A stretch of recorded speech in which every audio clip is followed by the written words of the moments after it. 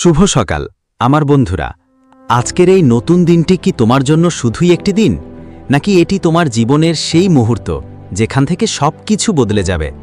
প্রশ্নটা নিজেকে করো। তুমি কি সত্যিই তোমার স্বপ্নের জন্য লড়াই করছ, নাকি শুধু সময়ের স্রোতে ভেসে চলেছ? আজ আমরা কথা বলবো সেই পথের কথা যেখানে বাধা আছে, চ্যালেঞ্জ আছে, কিন্তু সাফল্যের আলো ঝলমল করছে। জীবনে সাফল্য কখনো ঝুড়িতে করে আসে না। এটা এমন একটা ফল যার জন্য তোমাকে গাছ বেয়ে উঠতে হবে।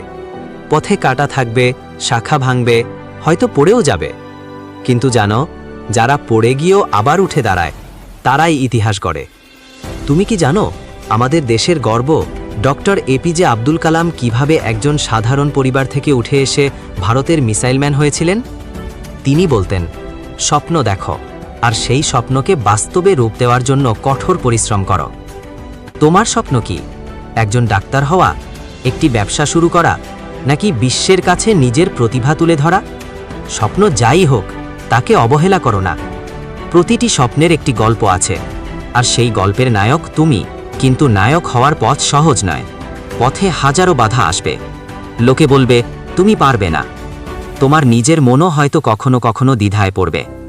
কিন্তু জানো, যেই মুহূর্তে তুমি নিজেকে বলবে আমি পারব, সেই মুহূর্ত থেকে তোমার জয়যাত্রা শুরু হবে। বাধা মানে হার নয়, বাধা মানে শিক্ষা। প্রতিটি ব্যর্থতা তোমাকে শেখায় কিভাবে আরও ভালো করতে হয়। বাংলার গর্ব সত্যজিৎ রায়কে কি জানো?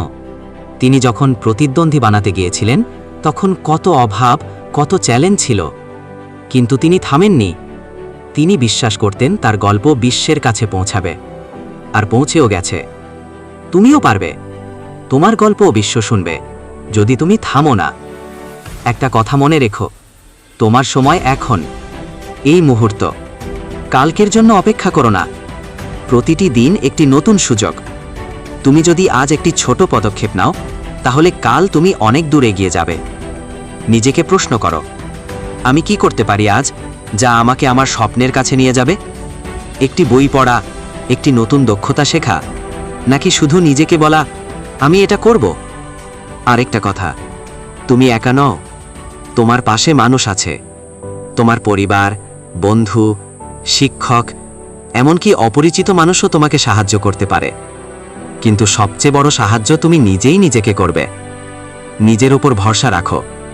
তুমি যা ভাবো তুমি তাই। তুমি যদি ভাবো তুমি দুর্বল, তুমি দুর্বল। আর যদি ভাবো তুমি শক্তিশালী, তুমি অপ্রতিরোধ্য। তোমার জীবন একটি ক্যানভাস, তুমি তার শিল্পী। প্রতিটি দিন তুমি একটি নতুন রং যোগ করো।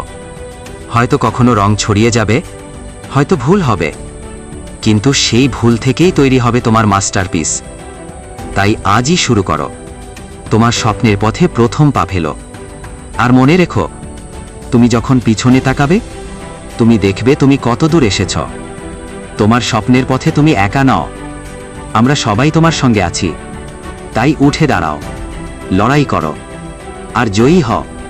কারণ তুমি পারবে। তুমি জন্মেছ সাফল্যের জন্য। এখনই সময় তোমার গল্প লেখার। শুরু করো।